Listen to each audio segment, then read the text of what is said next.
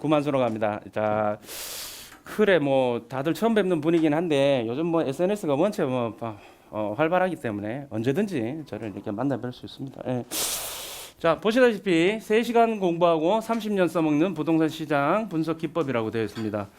자, 오늘 강의 내용은 뭐 이래저래 이렇게 저렇게 쓰여 있지만 결국은 부동산 시장의 어떤 상승 그리고 하락에 어떠한 요인 때문에 그렇게 되는지 그걸 그렇게 알아볼 겁니다. 예. 반드시 알고 가셔야 될 내용이 이런 겁니다. 우리는 왜 재테크를 하는지, 왜 또 재테크 공부를 하는지, 또 무엇 때문에 투자를 하는 것인지, 그 다음에 자산 가격, 그러니까 오늘 우리 부동산에 관심 있죠? 부동산의 가격이 끊임없이 상승을 할까? 그 다음에 아니면 끊임없이 하락을 할까? 라는 문제. 끊임없이 상승하리라고 생각하지 않죠? 예? 또 끊임없이 하락할 거라고 생각하시지도 않죠? 그럼에도 불구하고 시장 참여자들은 끊임없이 상승할 것처럼 행동을 하고 또 침체 시장에서는 끊임없이 하락할 것이라는 생각을 가지고 접근을 합니다. 실제적으로는. 자, 그러면 자산 가격은 그러니까 부동산 가격은 언제 상승하고 언제 하락할까? 이것만 알면 좋죠. 자, 그렇게 또 상승하고 하락하는 요인이 또 무엇일까? 이런 얘기를 오늘 하도록 하겠습니다. 이 그림에 나와 있다시피 올라가긴 올라가는데 얘는 지금 1960년도부터 2017년 즉 57년간을 슬라이드 하나에 다 담아버려 압축이 돼버리니까 그림이 이렇게 보이는 것일 뿐이지 실제로는 뭐다? 이렇게 확대를 하게 되면 어떻게 되더라? 이런 식으로 상승과 조정을 반복하면서 올라가더라. 인정하십니까? 오케이. 자, 문제는 뭐냐? 언제가 이때인지를 모른다라는 거죠. 자, 오늘 이야기가 그 얘기 할 거예요. 지금 그 얘기. 자, 이게 이해가 되신다면 이제 정책적, 경제적, 심리적, 수급적 하나씩 들어가 보도록 하겠습니다. 자, 그러면 그 내용을 보게 되면 앞으로 어떻게 정책을 할 것이다라는 것이 어느 정도 그림이 그려진단 말이죠. 뭐 우리는 다 볼 거 없고 오늘 이제 부동산 공부하러 왔으니까 부동산만 한번 보도록 하겠습니다. 부동산 시장 안정화. 자, 과제는 이렇습니다. 집값이 하락되고 주택 거래가 위축돼서 부동산 경기 침체가 경제에 부담을 주지 않도록 주택 부동산 시장 안정화를 추진하겠다. 다른 말로 뭐다? 집값을 올리겠다. 취임을 하고 나서 열심히 택지별 촉진법도 뭐 없앤다, 양도세도 잘라준다, 뭐 이런저런 이야기 했는데도 불구하고 뭐다? 집값이 요지부동으로 있었어요. 근데 정의관 부총리가 올라오고 나서 급격하게 튀어 올라갑니다. 자, 2003년 5월 23일 날 딱 이야기합니다. 자, 수도권 투기과열지구 지정, 그 다음에 분양권 전면 금지. 자, 어떠한 이 변곡점에서는 있잖아요. 변곡점에서는 항상 대두되는 게 뭐냐면 분양권입니다. 분양권을 풀어주던가 분양권을 막는다든지 이게 하나의 변곡점입니다. 시장의 변곡점입니다. 항상 보시면. 자, 부동산 폭등 기필코 잡겠다. 노 대통령 취임 100일 연설문 역점 추진 과제라고 했습니다. 노 대통령은 특히 서민 생활에 가장 큰 적인 부동산 폭등은 기필코 잡아가겠다라고 다짐했다. 문재인 대통령은 100일 취임 연설문에서 내 주머니에는 부동산 잡을 방법이 여러 가지가 있다라고 이야기했죠. 똑같아요. 아주 반박이야. 자, 이정우 정책실장은 523 부동산 안정 대책만으로 끝내지 않고, 자, 여기 집중. 미흡하다고 판단될 경우에는 뭐다? 더욱 강도 높은 대책을 마련하겠다고 합니다. 그런데 이걸 한번 겪어봤잖아요. 이걸 한번 겪어보니까 지금 시장에서는 학습 효과가 일어난 거지. 이때 팔았던 사람들은 내가 괜히 팔았어. 안 팔고 버튼 사람은 봐라. 역시 나의 판단이 맞았어. 뭐 이런 식으로 해서 정부가 아무리 니들이 규제를 해도 뭐다? 시장은 상승한다. 이런 생각을 가지고 버티는 거예요. 제 칼럼에도 보면 뭐라고 했냐면 학습 효과 대 학습 효과라고 제가 명명을 했어요. 이때 당시에 시장 참여자들의 학습 효과, 그리고 이때 당시에 규제를 했던 지금 김수현 사회수석도 그렇고 문재인 대통령도 마찬가지고 이 그때 정책 위반자들이 지금도 그대로 계시잖아. 그러면 학습 효과 대 학습 효과 대. 자, 두 번째 파트인 경제적인 측면에 들어가도록 하겠습니다. 자, 왜 이럴까? 왜 이렇게 열심히 돈을 벌기 위해서 이렇게 할까? 자, 이건 뭡니까? 25.35. 25.35는 1960년대 평균 이자율. 그러니까 1억을 맡겨놨으면 여기에 이게 기준금리니까 얘보다 금리가 몇 퍼센트 더 높습니다. 그러니까 약 1억을 은행에 넣으면 이자로 얼마를 줬냐면 3천만 원 정도 줬다는 거죠. 자, 이거는 70년대 평균 이자율. 이때만 그래도 한 2천만 원 줬다는 얘기죠. 1억 넣어놓으면. 자, 여기는 80년대, 90년대, 2000년대, 현재. 저는 이렇게 생각합니다. 이 투자라는 것은 이 인플레이션 헤지, 즉 뭐냐면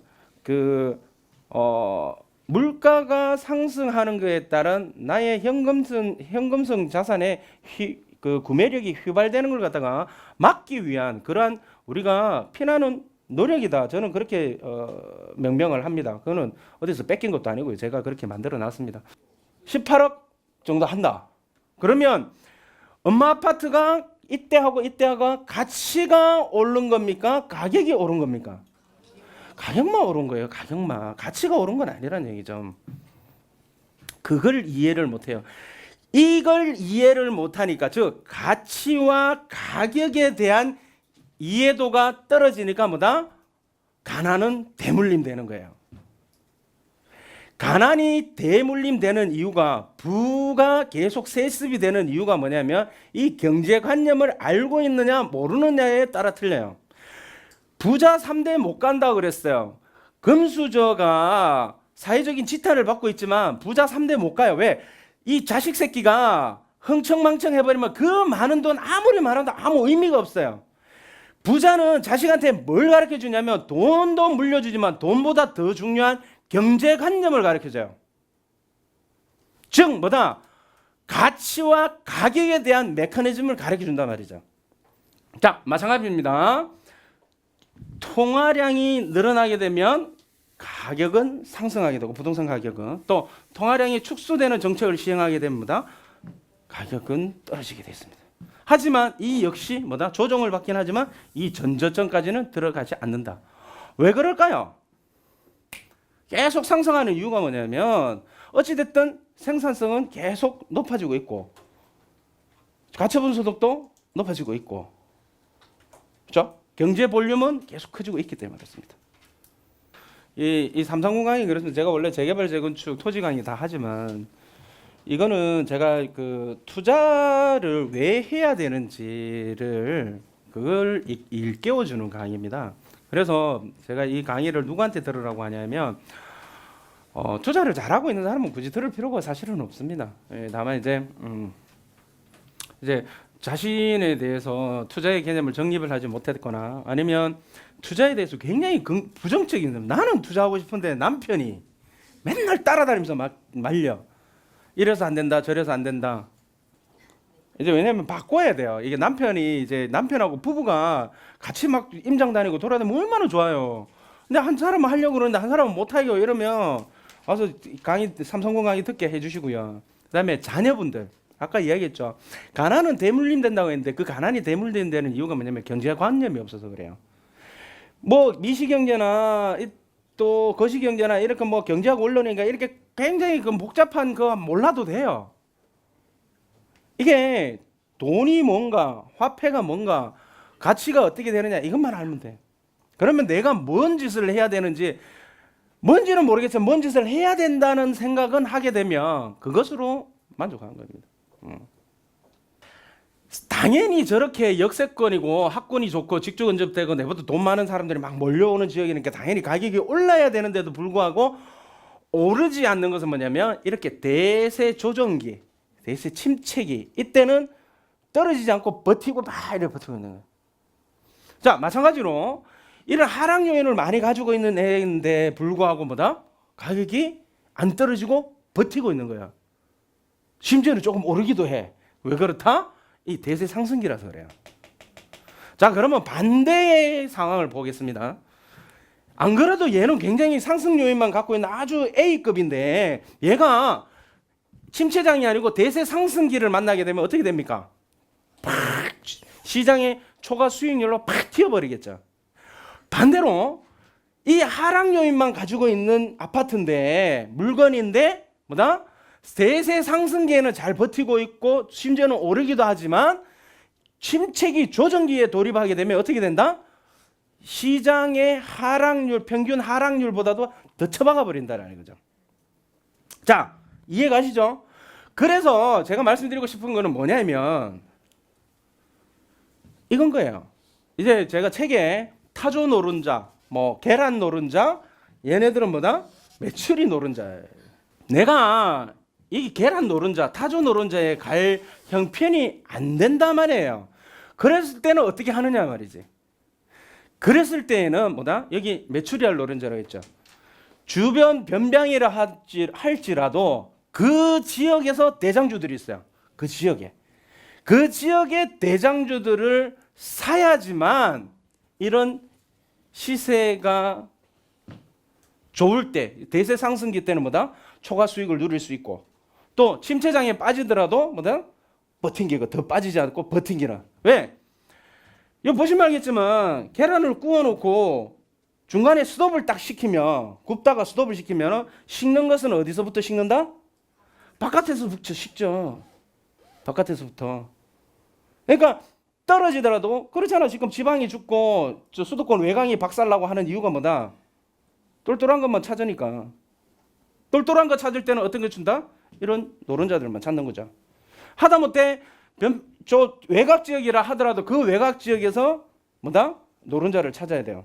이 메추리알 노른자, 그러니까 지역이 떨어져 있더라도 거기 중심부 대장주를 살 수 있는 그런 마인드를 가지고 있어야지만 나중에 계란 노른자로 갈 수 있어요. 이런 데 있잖아. 사가지고 있잖아. 집값 올라가기만 기다렸다가는 때려 죽여도 못 가. 지금 무슨 얘기인지 아시겠죠? 그거 지금 저는 말씀을 드리려고 하는 거예요. 자, 마지막으로 수급적 측면입니다. 자, 보시면 알겠지만 지금 2006년부터 시작해서 계속 주구장창 올라가고 있습니다. 근데 이거는 전국 지수예요. 아까 전에 또 어느 분이 질문하셨어요. 아까 상가 이야기 했을 때 대답해 드렸고. 자, 가격 지수인데 자, 2006년부터 쭉 올라갑니다. 올라가는데 여기 보면은 전국 지수다 보니까 계속 다 올라가는 걸로 보이지만 실제적으로 개별적인 시장을 바라보게 되면 이렇게 다 따로 놉니다. 따로 놀아요. 자, 그래서 이때는 서울, 인천 2005년, 6년에 올라갔다가 서브프라임 모기지 맞으면서 빵 터지고 근데 지방에서는 서브프라임 모기지 사태가 왔는지 안 왔는지도 몰랐어요. 왜냐하면 오른 게 없기 때문에. 오른 게 없기 때문에. 그러다가 어떻게 됩니까? 지방은 내려가지만 수도권은 내려가지만 지방은 상승하기 시작합니다. 근데 상승하는 게 일률적으로 올라가는 게 아닌 것보다 지역적으로 돌아가면서 올라갑니다.